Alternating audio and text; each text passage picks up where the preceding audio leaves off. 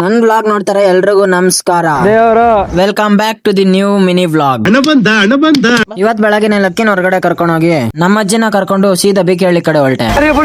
ಬಿಕೆಹಳ್ಳಿ post office ಹತ್ರ ನಮ್ಮ ಅಜ್ಜಿನ ಬಿಟ್ಟೆ, ಅಷ್ಟಲ್ಲ ನನ್ ಶಿಷ್ಯ ಬಂದ.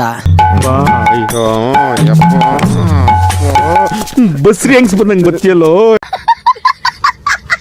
ಆಮೇಲೆ ಅವನನ್ನ ಮಾತಾಡ್ಸ್ಕೊಂಡು ಮನೆಗ್ ಬಂದು ಯೂನಿಫಾರ್ಮ್ ಐರನ್ ಮಾಡಿ ಸ್ನಾನ ಮಾಡ್ಕೊಂಬಂದು ಸೈಕಾಗಿ ರೆಡಿ ಆದೆ. ಆಮೇಲೆ ಬಿಸಿ ಮುದ್ದೆ ತಿನ್ಕೊಂಡು ಕಾಲೇಜ್ ಕಡೆ ಹೊರಟೆ. ಬಾಗ್ಲೂರಿಗೆ ಬಂದ್ ನೋಡಿದ್ರೆ ನನ್ನ ಶಿಷ್ಯ ಇನ್ನೂ ಬಂದೇ ಇರ್ಲಿಲ್ಲ. ನನ್ ಮಗ ಯಾವಾಗ್ಲೂ ಲೇಟ್ ಆಗಿ ಬರ್ತಾನೆ. ಆಗಿದ್ದಾಗಾಯ್ತು, ಮುಚ್ಚಲೆ ಬಾಯ್ಲಿ. ತಪ್ಪು ಮಾಡೋದು ಸಹಜ ಕಣೋ.